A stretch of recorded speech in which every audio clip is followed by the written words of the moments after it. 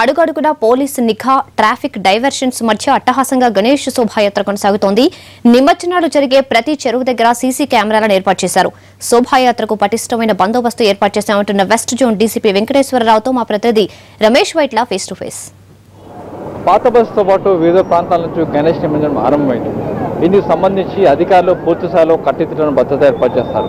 భారీ గణనాయాలను తరలించేందుకు అధికారులు ప్రత్యేక ఏర్పాటు చేశారు. ట్రైన్లు కూడా ఏర్పాటు చేయడం జరిగింది. ప్రస్తుతానికి వెస్ట్ జోన్ డీసీపీ వెంకటేశ్వర గారు ఉన్నారు. సార్ చెప్పండి, మీ ఏరియాలో ఉన్న గణేష్లని దీన్ని తరలించేందుకు మీరు ఎలాంటి ఏర్పాటు చేశారు? గణేష్ నవరాత్రి ఉత్సవాల్లో దాదాపు 3500 విగ్రహాలను వెస్ట్ జోన్ పరిధిలో ఏర్పాటు చేయడం జరిగింది.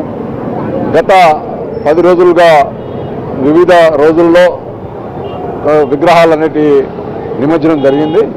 ఈరోజు ఫైనల్ డే సందర్భంగా దాదాపు 1800 గణేష్ ఐడల్స్ను ఇమర్స్ చేసే కార్యక్రమంలో ఉన్నాము.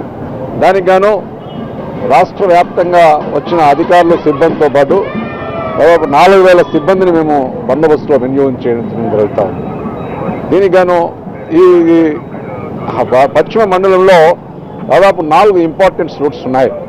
దానిగాను మొదటగా ఈ ఆసిఫ్ నగర్ ప్రాంతాల నుంచి బయలుదేరిన విగ్రహాలన్నీ కూడా సీతారాంబాగ్, బోయిగూడ అండ్ దారుసలాం, అలస్కా వైపు ఒక మార్గంగా ఉంటే, ఇంకొకటి దూల్పేట నుంచి బయలుదేరింది ఓల్డ్ పురాణాపూర్, జమ్రత్ బజార్ అండ్ బేగం బజార్, ఛత్రి ద్వారా ఉస్మానియా సిద్దింబర్ బజార్ ప్రాంతంలో మెయిన్ లైన్లో కలడానికి అవకాశం ఉంది.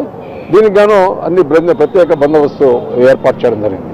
అదేవిధంగా ఆసిఫ్ నగర్ ప్రాంతంలో అంటే మెహదీపట్నం ప్రాంతంలో రాజేంద్ర నగర్ నార్సింగ్ నుంచి వస్తున్న విగ్రహాలకు గాను అది మెహదీపట్నం నుంచి మాసుక్ ట్యాంక్ వరకు మేము ప్రొసెషన్ ఆ మార్గాన్ని కూడా అన్ని ప్రత్యేకమైన కూడళ్ల వద్ద కూడా బందోబస్తు ఏర్పాటు చేయడం అనేది జరిగింది. అదేవిధంగా ఎర్రగడ్డ నుంచి బయలుదేరిన అంటే మాదాపూర్, సైబరాబాద్ నుంచి వచ్చే విగ్రహాలకు గాను పంజగుట్ట, ఖైరతాబాద్ వరకు కూడా అన్ని బందోబస్తులు ఏర్పాటు చేయడం అనేది జరిగింది.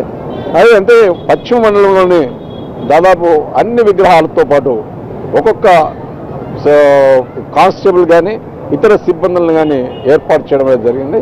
ఎటువంటి అవాంఛనీయ సంఘటన జరగకుండా అన్ని జాగ్రత్తలు తీసుకొని మరి ఎన్ రూట్లో కూడా రిలీజియస్ ప్రాంతాలు ఉంటే వాటికి కన్నాతలు కట్టడం జరిగింది. సెన్సిటివ్ పాయింట్స్లో అడిషనల్ ఎస్పీ స్థాయి ర్యాంకులో అధికారులను కూడా నియమించడం అనేది జరిగింది. మరి అన్ని బందోబస్తు చర్యలు అనేది చేపట్టడం జరిగింది. మరి ఇప్పటివరకు ప్రశాంతంగా జరిగింది. ఈరోజు కూడా ప్రశాంతంగా అయిపోతుందని భావిస్తారు. ఎన్ని పెద్ద విగ్రహాలు ఉన్నాయి, వాటికి సంబంధించిన ఏర్పాట్లు ఏ విధంగా ఉన్నాయి సార్?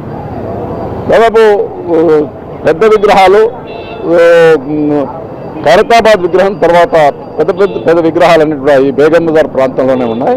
దాదాపు ఒక 1000 వరకు పెద్ద విగ్రహాలు ఉన్నాయి. ఈ 1000 విగ్రహాలకు గాను ప్రత్యేకంగా ఏ రూట్లో వెళ్ళాలి, మరి ఈ మధ్యకాలంలో మెట్రో రైలు వచ్చింది కాబట్టి మెట్రో రైలు వంతెనలు కూడా వస్తున్నాయి కాబట్టి దానికి అనుగుణంగానే వాళ్ళకు మార్గం అనేది చెప్పడం జరిగింది. అన్ని చర్యలు కూడా చేపట్టారు.